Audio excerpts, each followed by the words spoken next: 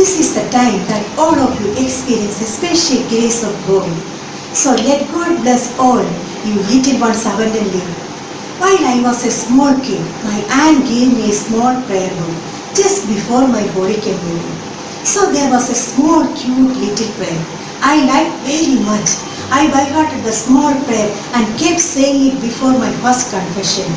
And that prayer helped me to remind myself all my sins. Back then I never realized why. But now I know that it was the blessing of Holy Spirit. So let's all say the prayer. Please join your hands together and close your eyes. Oh loving Father, my God and my Creator, you made me and you love me. I want to make a good confession. Help me find out my sins and to be truly sorry for them. I can do nothing without your help. So please help me now. My dear Jesus, help me to get rid of all my faults. Holy Spirit, bring all my sins to my memory. My dear Mother Mary, pray for me. My good angel, pray for me. So we are moving on to our next chapter, which is very important for you all, as these are the most important steps for receiving Holy Communion. So please do listen carefully. This is the 9th chapter, requests for a good confession. There's a beautiful introductory passage in the chapter. It is something that our very own parish patron, Saint Teresa, said. In short, she was told that when she is going to confess her sins, she was telling it to God Himself and not a man. Also in the end of the chapter, there is a passage about the first confession of Saint Dominic Savio. When he confessed, he was deeply regretting for all his sins, that he even knelt before his parents asking for forgiveness. His mother even cried. At his young age, he was repenting so much that God's grace was filled in him. So, as the chapter's name suggests, there are 5 main requests for a good confession. First one, recollect the sins orderly. Second one, repent of them sincerely. Third one, resolve not to repeat. Fourth one, tell the priest all the sins, especially the grave ones. And fifth one, do the penance the priest gives. Now let's go deep into understanding these points. First one, recollect these things orderly. The first thing to be done is to examine our conscience, remembering sin in order. Examine of conscience helps to remember all the sins which are committed after baptism or after the last confession. Second one, repent of them sincerely. Repentance is very important in confession. It is a sorrow we feel in the mind for having offended God by sin. Repentance is of 2 kinds, perfect repentance of contrition and imperfect repentance of attrition. Perfect repentance. It is a real sorrow for having offended God by sin and hatred towards sin. The best way to get pardon through confession is to have perfect repentance. Imperfect repentance. It is the fear of the punishment for sin and hatred of sin. Third one, resolving not to repeat. Resolving not to sin again in future is necessary in confession. We should resolve that we will not offend God in future and will avoid all circumstances of sin. Fourth one, tell the priest all the sins, especially the grave ones.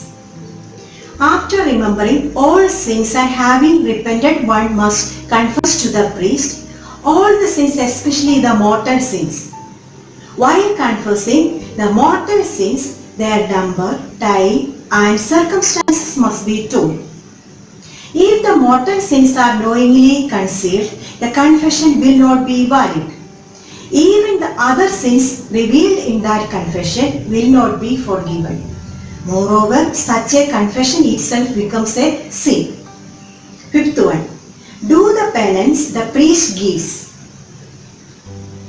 The confession becomes complete when the penance given by the priest is fulfilled. In addition to the penance imposed by the priest, we have to pray, do charitable works and sacrifices. If we have caused any loss to others, we have to repair it. We have to return anything we have earned unjustly. Now, how should we prepare ourselves before confession? I will explain it to you through some examples. First, we must examine whether I must love God. Do I think of God and pray to Him every day? Do I attend Sunday Mass regularly? Do I receive Holy Communion devoutly whenever I go for Mass? Do I say my morning and night prayers? Do I do my best in my religion class so that I can come to know God better? Secondly, I might love everyone around me. Do I pray for my parents? Do I help my parents? Do I tell my parents the truth even when I might be punished? Do I ask my parents to forgive me when I hurt them?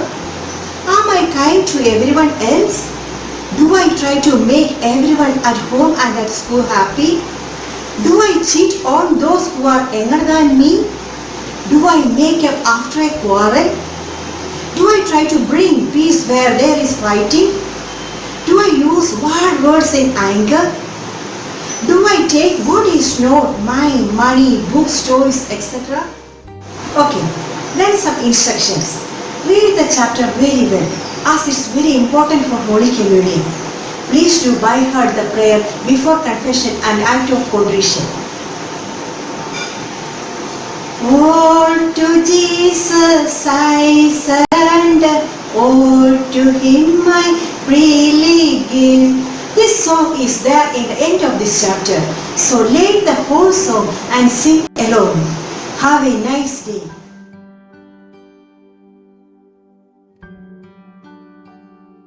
Praise be to Jesus. In the parable of the prodigal son, the younger son lavishly spent his shares of his father's money. Finally, in the end, he repented and came back to his father's presence. He was accepted back with a whole heart. In this way, friends, even when we commit such small mistakes and move away from God's presence, when we repent and return, He will receive us with open arms. Hence, in our daily life, if we do such small mistakes we can ask forgiveness from Jesus by reciting the act of contrition. Now let's recite the act of contrition. Oh my God, I am heartily sorry for having offended you, and I detest all my sins because I dread the loss of heaven and the pain of hell. But most of all, because I offended you, my Lord, who is all good and deserving all my love. I firmly resolve, with the help of your grace, to confess my sins and to do penance and amend my life. Amen.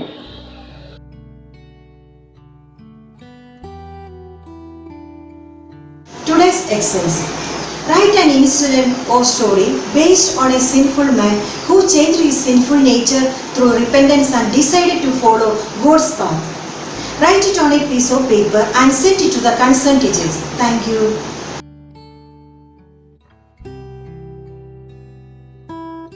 സാഹസികമായി വിശ്വാസം ജീവിച്ചവരെയും മരണം ഏറ്റുവാങ്ങിയവരെയും മാത്രമാണോ സഭ വിശുദ്ധരാക്കുന്നത്? അങ്ങനെയാണെങ്കിൽ Dominic സാവിയോനെ എന്തിനു വിശുദ്ധനാക്കി? Dominic അസാധാരണമായിട്ട് എന്താ ചെയ്തേ? 4-ാം വയസ്സിൽ പ്രാർത്ഥനകൾ ചൊല്ലിത്തുടങ്ങി. വീട്ടുകാരുണരും മുമ്പേ അവൻ ഉണർന്ന് പള്ളിയിൽ പോകും. അമ്മയെ അടുക്കളയിൽ സഹായിക്കും. ജോലി കഴിഞ്ഞു വരുന്ന അപ്പന് ചായ ഇട്ട് കൊടുക്കും. ദൈവത്തിന്റെ കയ്യൊപ്പ് ചാർത്തിയ സ്വർഗത്തിന്റെ ക്ഷണക്കത്തായിരുന്നു ഡൊമിനിക് സാവിയോ. നമുക്ക് ആ കത്ത് പൊട്ടിച്ചു വായിക്കാം. 7-ാമത്തെ വയസ്സിൽ ഡൊമിനിക് സാവിയോ ആയ ഞാൻ എൻ്റെ ആദ്യ കുർബാന സ്വീകരണ ദിനത്തിൽ എടുക്കുന്ന തീരുമാനങ്ങൾ. 1. ഞാൻ മുടങ്ങാതെ കുമ്പസാരിക്കും, കുർബാന സ്വീകരിക്കും. 2. തിരുനാൾ ദിവസങ്ങൾ വിശുദ്ധമായി ആചരിക്കും. 3. ഈശോയും മറിയവുമായിരിക്കും എൻ്റെ സ്നേഹിതർ. 4. പാപം ചെയ്യുന്നതിനേക്കാൾ മരണം. സാവിയോ എവിടെ പോയി? സാവിയോ, ഇത്ര രാവിലെ ഇവൻ എവിടെയാ പോയത്? Savio, Savio! ദൈവത്തിൻ്റെ കയ്യൊപ്പു ചാർത്തിയ സ്വർഗത്തിൻ്റെ ക്ഷണക്കത്തുപോലെ എന്തൊരു സുന്ദര ജീവിതം, വിണ്ണിൻ പുഞ്ചിരി പോലുള്ള ജീവിതം. എന്തൊരു സുന്ദര ജീവിതം, യേശു നെഞ്ചോടു ചേർക്കുന്ന ജീവിതം.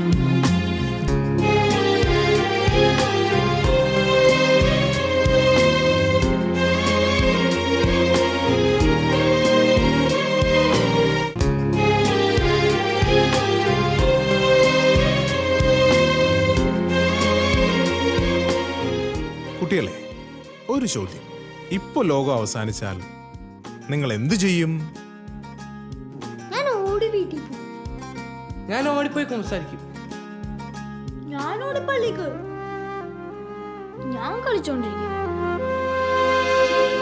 പുലരി വെട്ടം പോലുണർന്നെഴുന്നേൽക്കും, പ്രാർത്ഥനാ നാളമായി കൈകൂപ്പി നിൽക്കും. പുലരി വെട്ടം പോലുണർന്നെഴുന്നേൽക്കും, പ്രാർത്ഥനാ നാളമായി കൈകൂപ്പി നിൽക്കും. വാക്കിലും നോക്കിലും ചിന്തയിലും നല്ലിടയന്റെ ഗന്ധം നിറഞ്ഞു നിൽക്കും. ആമുഖം നോക്കി ആരും പറയും, യേശുവിന്റെ മുഖമേതു പോലിരിക്കും.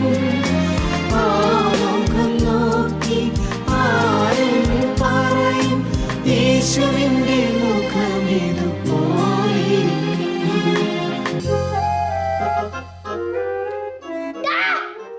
നീ പോടാ, നിനക്ക് ഞാൻ വെച്ചിട്ടുണ്ട്. വാടാ, നീ വാ, മലയിലേക്ക് വാ, അവിടെ കാണാം. ഞാൻ ഈ കല്ലെടുത്ത് നിന്റെ തല കൊണ്ട് പൊട്ടിക്കും.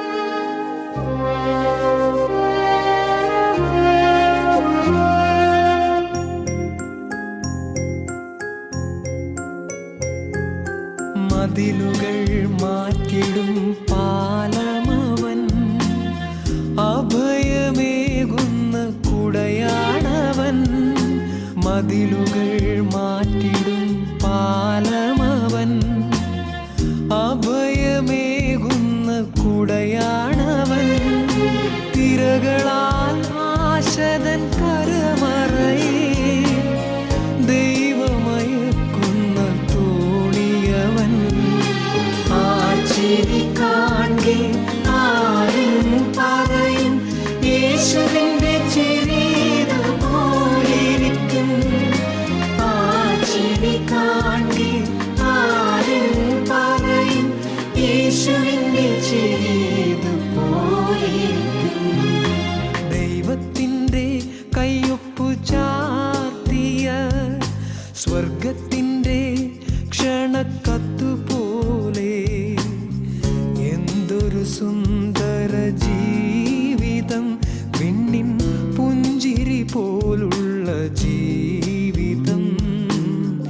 എന്തൊരു സുന്ദര ജീവിതം, യേശു നെഞ്ചോടു ചേർക്കുന്ന ജീവിതം.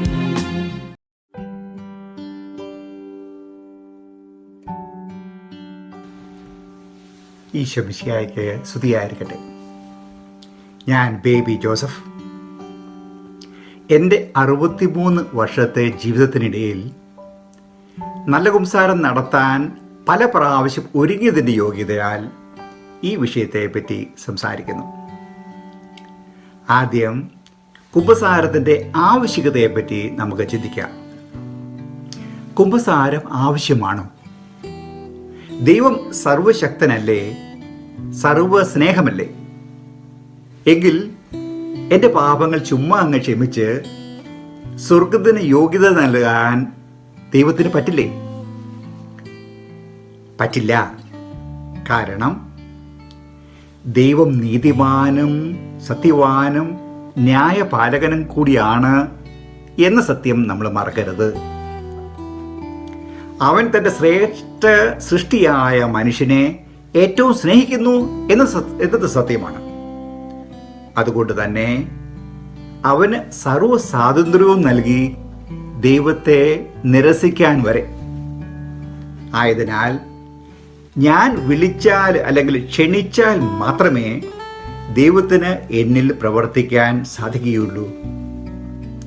മറ്റൊരു രീതിയിൽ പറഞ്ഞാൽ, ദൈവം എൻ്റെ ഓരോ വിളിക്കും വേണ്ടി കാതോർത്തു നിൽക്കുന്നു. കുമ്പസാരം എന്ന കൂദാശയുടെ ആവശ്യകതയ്ക്ക് മറ്റൊരു കാരണം കൂടിയുണ്ട്. പാപങ്ങൾ മോചിക്കാനുള്ള അധികാരം യേശുനാഥൻ അപ്പസ്തോലന്മാർക്കാണ് നൽകിയിരിക്കുന്നത്. അവരിലൂടെ അവരുടെ പിന്തുടർച്ചയായ അപ്പസ്തോലിക സഭയ്ക്കും അതിലെ പുരോഹിതർക്കും മാത്രമാണ് പാപങ്ങൾ മോചിക്കുന്നതിനുള്ള അധികാരം. ഇനി നല്ല കുമ്പസാരത്തിന് ആവശ്യമായ ഘടകങ്ങളെപ്പറ്റി നമുക്ക് ചിന്തിക്കാം. യേശുനാഥന്റെ പരസ്യജീവിത പ്രവർത്തനങ്ങളുടെയും അപ്പസ്തോലന്മാരുടെ പ്രവർത്തനങ്ങളുടെയും രത്ന ചുരുക്കം ഒരു വചനത്തിൽ നമുക്ക് ചുരുക്കാം. ദൈവരാജ്യം സമീപിച്ചിരിക്കുന്നു, മാനസാന്തരപ്പെട്ട് സുവിശേഷത്തിൽ വിശ്വസിക്കുകയും. അതിനാൽ മാനസാന്തരം അഥവാ പശ്ചാത്താപമാണ് പാപമോചനത്തിന്റെ അനിർവാര്യ ഘടകവും അതിൻ്റെ മുന്നോടിയും. തിരുസഭ പറയുന്നത് പോലെ നമ്മൾ ചെയ്തു പോയ പാപങ്ങളെ ക്രമമായി ഓർത്ത് അവയെപ്പറ്റി പശ്ചാത്തപിക്കുക എന്നതാണ് പരമപ്രധാനമായ കാര്യം. ഞാൻ കുട്ടിയായിരുന്ന കാലത്ത് പാപങ്ങളെപ്പറ്റി ചിന്തിച്ചിരുന്നപ്പോൾ എന്റെ മനസ്സിൽ വന്നിരുന്ന ആദ്യ ചിന്ത, ഞാൻ മോഷ്ടിക്കുന്നില്ല, വഴക്കുണ്ടാക്കാൻ പോകുന്നില്ല, പിന്നെ എന്ത് പാപം ചെയ്യാനാണ് എന്നതാണ്. എങ്കിൽ ഓർക്കുക, പല മാർപ്പാപ്പമാരും തൻ്റെ പാപങ്ങളെപ്പറ്റി ചിന്തിക്കുന്നതിനും കുമ്പസാരിക്കുന്നതിനും മണിക്കൂറുകൾ എടുക്കുമായിരുന്നു. വിശുദ്ധ പൗലോസ്ലീഹ റോമാക്കാർക്കുള്ള ലേഖനത്തില് ദുർഭകനായ മനുഷ്യൻ എന്നാണ് തന്നെ വിശേഷിപ്പിക്കുന്നത്. അദ്ദേഹം പരിതപിക്കുകയാണ്, ഞാൻ പാപത്തിന് അടിമയായി വിൽക്കപ്പെട്ട ജഡികനാണ്. ഇച്ഛിക്കുന്ന നന്മയല്ല, ഇച്ഛിക്കാത്ത തിന്മയാണ് ഞാൻ പ്രവർത്തിക്കുന്നത്. പ്രവൃത്തി കൊണ്ട് മാത്രമല്ല, വാക്കുകൊണ്ടും ചിന്ത കൊണ്ടും ഉപേക്ഷ കൊണ്ടും നാം പാപം ചെയ്യുന്നു എന്നോർക്കുക. പഠിക്കാൻ തന്ന സമയം നിങ്ങൾ ശരിയായി ഉപയോഗിക്കാതിരുന്നിട്ടുണ്ടെങ്കിൽ അത് തന്നോടും മാതാപിതാക്കളോടും സമൂഹത്തോടും ചെയ്യുന്ന പാപമല്ലേ? ഓരോ ദൈവകൽപ്പനകളെയും ക്രമമായി ചിന്തിച്ച് ധ്യാനിച്ച് അവയ്ക്കെതിരായി ചെയ്തു പോയ പാപങ്ങൾ എഴുതി വെച്ച് കുമ്പസാരിക്കുമ്പോൾ ഉപയോഗിക്കാവുന്നതാണ്. പാപങ്ങളുടെ തീവ്രത മനസ്സിലാക്കുമ്പോൾ തന്നെ ഉത്തമമായ പശ്ചാത്താപം തനിയെ ജനിക്കേണ്ടതാണ്. ഈ അവസരത്തിൽ ഞാൻ ദൈവസ്നേഹത്തിൻ്റെയും കാരുണ്യത്തിൻ്റെയും ആഴവും നീളവും വ്യാപ്തിയും ഓർത്ത് ധ്യാനിക്കാറുണ്ട്. എൻ്റെ പാപങ്ങളുടെ നീണ്ട നിര മൂലമാണ് എൻ്റെ ഈശോ ക്രൂശിക്കപ്പെട്ടത്. എൻ്റെ ഓരോ പാപവും ഇന്നും അവനെ ക്രൂശിക്കുകയല്ലേ? ഞാൻ ഓരോ പാപങ്ങളിൽ നിന്നും ഒഴിഞ്ഞു നിൽക്കുമ്പോൾ അവനേൽക്കുന്ന ചാട്ടയടിയുടെ ആഘാതം കുറയ്ക്കാനും ആ മുറിപ്പാടിൽ തൈലം പുരട്ടാനും എനിക്ക് സാധിക്കില്ലേ?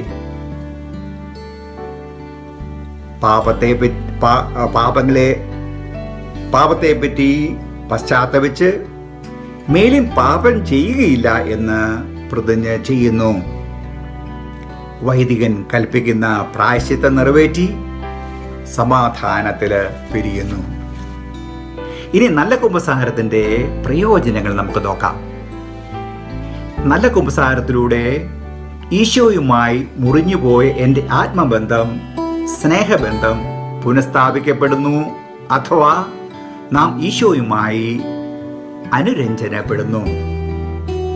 ഇതുവഴി ഈശോയുടെ സമാധാനം നമ്മിലേക്ക് ഒഴുകുകയും നമുക്ക് ആനന്ദം എന്ന മനസ്ഥിതി കൈവരുകയും ചെയ്യുന്നു. ഇത് നമുക്ക് ഉന്മേഷവും ഉത്സാഹവും പ്രത്യാശയും പ്രദാനം ചെയ്യുകയും ബാഹ്യമായ നമ്മുടെ കഴിവുകളെ വർദ്ധിപ്പിക്കുകയും ചെയ്യുന്നു. ആമേൻ.